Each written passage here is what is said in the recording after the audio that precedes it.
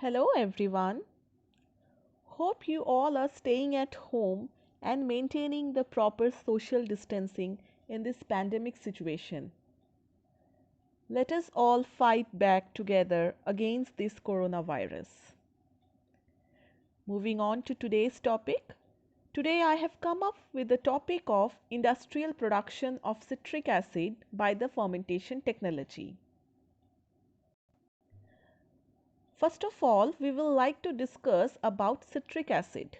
What is it? It is a weak organic tricarboxylic acid that is found in the citrus fruits. What is the molecular formula? That is C6H8O7. The citrus fruits such as lemons, oranges, tomatoes, beets, etc. are those fruits which contain sufficient amount of citric acid and they are classified as acidic fruits. Okay, so you can relate the term citrus fruit and citric acid. Okay. The citric acid is produced by three method fermentation, chemical synthesis and extraction from citrus fruit. Out of this, today we are going to study about the fermentation method. This is the general molecular structure of citric acid. If we study about the history of citric acid production, we will come across certain points. Those are that in the year 1784 by W. Skilly isolated from the lemon juice as calcium citrate, which treated with sulfuric acid gave citric acid in the liquid phase. Zaharsky in the year 1913 patented a new strain called as Aspergillus niger.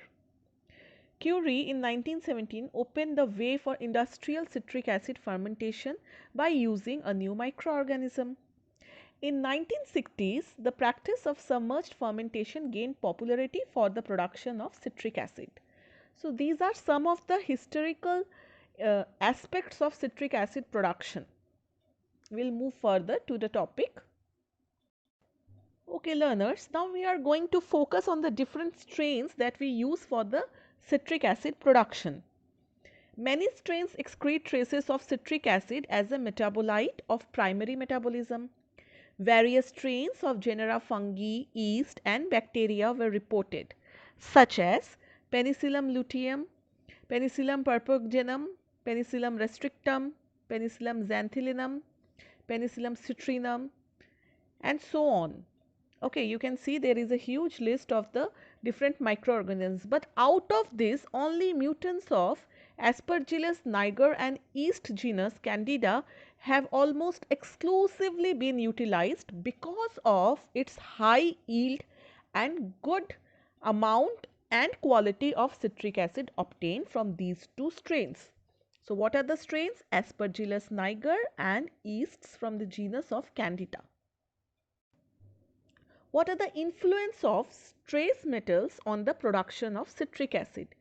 In citric acid technology, absence of iron and manganese in the fermentation substrate plays the very crucial role. Iron ions in higher concentration than 1.5 milligram per liter strongly affects the cellular morphology by promoting the unproductive filamentous mycelial growth form. 1 microgram liter of manganese could completely ruin the production yield of and caused organisms' morphology to switch from microbial pellets known as citric acid productive form to unproductive filamentous growth. So, you can see the effect of iron and manganese on the production of citric acid. Okay. Different substrates. The basic substrates for citric acid production in plants using the surface method of fermentation is beet or cane molasses. The plants using submerged fermentation can use not only beet or cane molasses but a substrate of higher purity such as hydrolyzed starch, technical and pure glucose, refined or raw sugar, purified and condensed beet or cane juice. Substrates commonly used are beet molasses, cane molasses, sucrose, syrups, starch, hydrol, alkanes, oils and fats. Now we will go into the details of the production process of citric acid. Surface or submerged fermentation technique dominated over the traditional method of preparing the citric acid by extraction from various juices. Promising results were obtained in fed batch process and by continuous fermentation. So, what are the two methods of fermentation? Fed batch process and continuous fermentation. Citric acid fermentation using immobilized Aspergillus niger cells on various kinds of carriers such as glass, polyurethane foams, entrapment in calcium alginate beds, polyacrylamide gels, agar, agarose, cellulose carriers, metal screens and polyester felts have been developed. In the surface fermentation process, the molasses substrate acidified with phosphoric acid to a pH of 6 to 6.5 and heated at a temperature of 110 degrees centigrade for 15 to 45 minutes.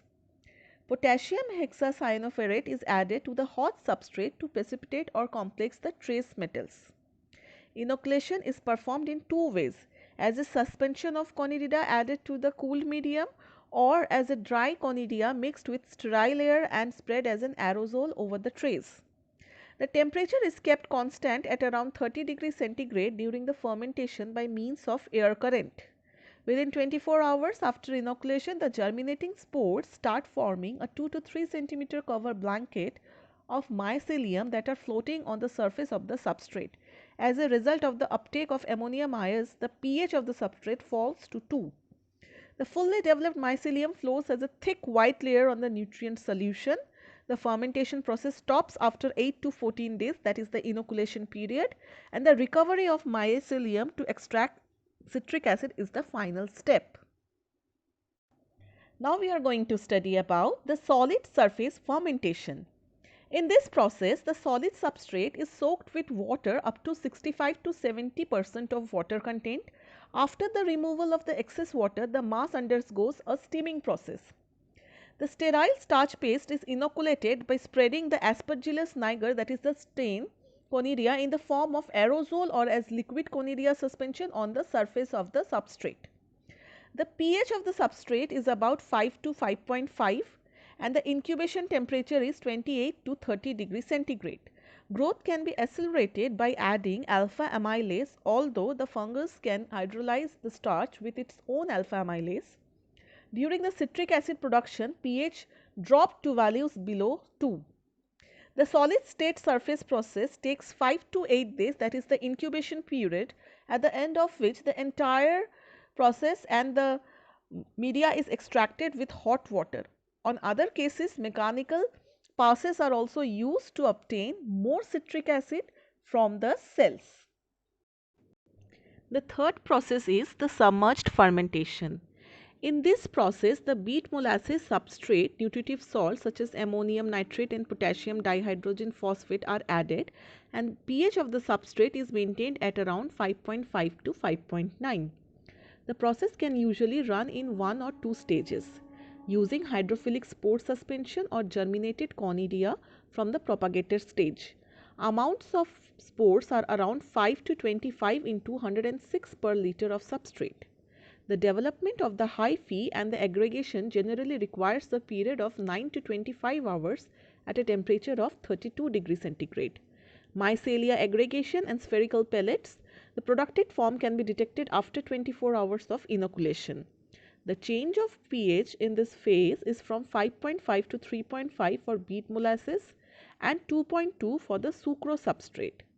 Fermentation lasts up to 6 to 8 days and later the citric acid in purified form from mycelium is obtained. Now let us focus on the different factors that affect the citric acid production. The different factors are the type and the concentration of the carbon source, nitrogen and phosphate limitation, pH of the inoculation media, aeration, trace elements and lower alcohols content. Product recovery in this process can be done by separation of the biomass from the fermentation broth. Definitely in every fermentation process, we first need to separate the biomass from the fermentation broth. The separated mycelia retain about 15% of the citric acid formed during the fermentation. The surface process, the fermentation fluid is drained.